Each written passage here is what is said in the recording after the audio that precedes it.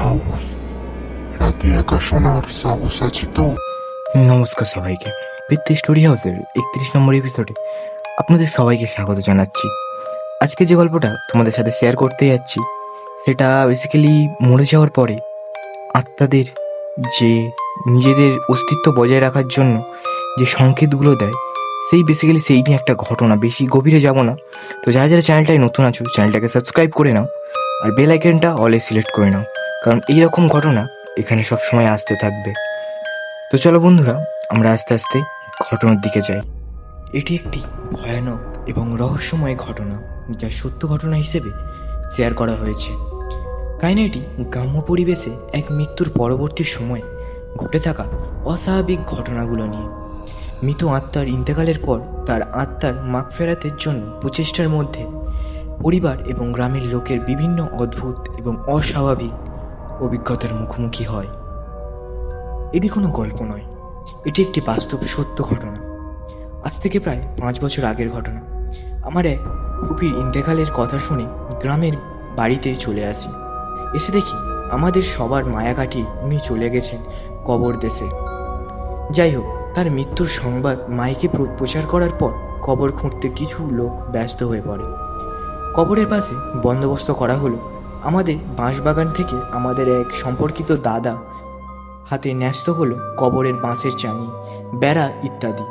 তিনি বাঁশগুলো কাটার পর দেখলেন একটা বাঁশের অর্ধেকটা কোনো কাজেই লাগছে না, তাই তিনি সেই অর্ধেক বাঁশের বাটি দিয়ে বসার জন্য একটি উঁচু মাচা তৈরি করলেন।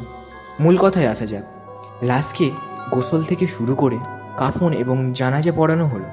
জানাজার শেষে লাশটিকে খাটিয়াতে করে কবর পর্যন্ত আনা হলো। কবরের মাটি দেওয়া শেষ হলে মোনাজাত করার পর বাড়ি মুরব্বীরা আমাদের 4 ভাইয়ের দায়িত্ব দিলেন খাটিয়াটি বাড়িতে নিয়ে গিয়ে পানিতে পরিষ্কার করতে। কথা মতো আমরা 4 ভাই খাটিয়াটি ঘাড়ে করে নিয়ে যাই। পথের মধ্যে মনে হচ্ছে যেন খাটিয়ার ওপর কেউ যেন বিশাল ভার দিয়ে আছে। তো আমি পেছনে ছিলাম, মনে করলাম সামনে দুজন হয়তো ফাজলামি মারছে, তাই কিছু বললাম না। বাড়িতে গেলাম। বাড়িতে যাওয়ার পর ওদের বললাম, তোরা এরকম ফাজলামি করলি কেন? ঘাড়ে এখনও ব্যথা করছে, এভাবে কেউ খাটিয়ার ওপরে ভর দেয়? আমাদের দিকে এইরকম ভর দিয়েছিল কারা? আমার বড় ভাই রেগে গিয়ে বলল, তোরাই তো সামনের দিকে ভর দিয়েছিস আর উল্টে আমাদের বলছিস। কথা শুনে আমরা 4 ভাই হতভম্ব হয়ে গেলাম। যাই হোক, গল্প এখানে শেষ হলে পারত। এই ঘটনার পর থেকেই নতুন করে আবার ঘটনা ঘটতে লাগলো। আমার বড় আব্বা আর ছোট চাচা মোটরসাইকেল করে মৃত্যের আত্মার মাগ ফেরানোর জন্য নিমন্ত্রণ করতে গিয়েছিলেন। সন্ধে নামার ভাব এমন সময় বাড়িতে হই হই পড়ে যায় যে আমাদের বাড়ির সামনে পুকুরে চাচাদের অ্যাক্সিডেন্ট করে পড়ে আছে। বাড়ির সবাই তড়িঘড়ি করে ঘটনাস্থলে গিয়ে দেখি কিছুই নেই। সবাই অবাক হয়। যে খবর দিয়েছে সেই বড় আমাকে জিজ্ঞাসা করলাম, কই কিছুই তো হয়নি? উনি অবাক হয়ে বললেন, আমি যে এক্ষুনি দেখলাম সেটা কীভাবে ভুল হতে পারে? এটা শুনে সবাই একটু চিন্তায় পড়ে গেল। রাতে চাচারা বাড়ি ফিরতেই তাদের এই বিষয় বলা হলে তারা বললেন, আমরা তো এইমাত্র বাড়ি ফিরলাম আর তোমাদের মনে হয় মাথা খারাপ হয়েছে, এইসব কি বলছো তোমরা? এমন সময় ছোট চাচি চিৎকার শুরু করলেন। সবাই তার কাছে গেলে তিনি ভয়ে বলতে লাগলেন, যখন আমি বাইরের বারান্দায় দাঁড়িয়েছি তখন বাথরুমের চালে যেন কেউ যেন ছুটপাড়াবাড়ি করছে আর চালা থেকে বাথরুমের ভেতরে বিকট শব্দ হচ্ছে। আমি কাছে গিয়ে দেখি না, কিছুই তো নেই, সব আগের মতো জায়গায় ঠিকঠাক আছে। এত কাহিনী ঘটার পর সবাই ঘুমাতে গেলাম। সকালে জোরে জোরে কথার শব্দে ঘুম ভেঙে গেল। ফ্রেশ হয়ে শুনতে গেলাম আবার কি ঘটনা ঘটল। যা শুনলাম তাতে শিউরে উঠলাম। শুনলাম যে দাদা কবরের অর্ধেক বাঁশ দিয়ে যে মাচাটা তৈরি করেছিলেন তিনি রাতে ভয়ে ঘুমাতে পারেননি। তিনি রাতে যখন ঘুমাতে গেছেন পাশে তার স্ত্রী শুয়েছিল।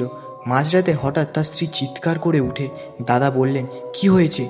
উনি বললেন, কে যেন আমার হাত ধরে টেনে ধরলো, বাইরে আর থাকবো না, চলো ঘরে যাই। দাদা তার কথা সম্মতি দিয়ে ঘরে গেলেন। ঘরের দরজাতে দিতেই তিনি দেখেন তার ছেলের রিক্সাটি গাছের ফাঁক দিয়ে একবার সামনে যাচ্ছে একবার পেছনে যাচ্ছে।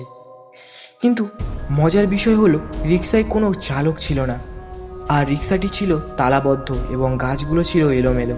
কিন্তু আজব বিষয় হচ্ছে তার ফাঁক দিয়ে কিভাবে একে রিক্সা চলতে পারে।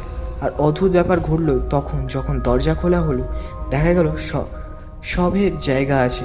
এভাবে কয়েকদিন যাওয়ার পর খতমের আগে রাতের এক চাচা খরচ বাবদ কিছু টাকা নিয়ে বাড়ি ফেরার পথে তার মোটরসাইকেলে হঠাৎ করেই জঙ্গলের দিকে চলে যাচ্ছে, যেখানে ফুপিদের কবর দেওয়া হয়েছে।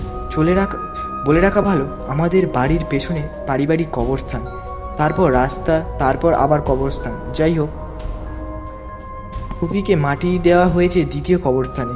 তো সেই চাচার মোটরসাইকেলটি ফুপির কবরের দিকে চলে যাচ্ছে। তিনি অনেক চেষ্টা করার পরেও কন্ট্রোল করতে পারছেন না। তিনি ভয়ে মোটরসাইকেলটি মাটিতে ফেলে দৌড়ে পালিয়ে যান। এসে হাঁপাতে হাঁপাতে সবাইকে ঘটনা খুলে বললেন। সবাই লাঠি নিয়ে কবরের কাছে গিয়ে অবাক হয়ে গেল। সবাই দেখল মোটরসাইকেলটি ডাবল স্ট্যান্ড কবরের দিকে মুখ করে দাঁড়ানো, লাইট জ্বলছে এবং মোটরসাইকেলটি স্টার্ট হয়ে আছে। চাচা এটা দেখে ঘাবড়ে গিয়ে বললেন, আমি তো মোটরসাইকেলটি মাটিতে ফেলে দিয়েছিলাম এবং তাতে স্টার্ট বন্ধ হয়ে গিয়েছিল। বলেই তিনি অজ্ঞান হয়ে মাটিতে পড়ে গেলেন। সকালবেলা ভালো একজন হুজুর ডেকে খতম শরীফ করার পর সব কিছু শান্ত হয়ে গেল। আস্তে আস্তে ঘটনাগুলো ঘটা বন্ধ হয়ে গেল। তো বন্ধুরা, গল্পটা তোমাদের কেমন লাগলো? আমার তো গল্পটা খুবই ভয়ানক লাগলো।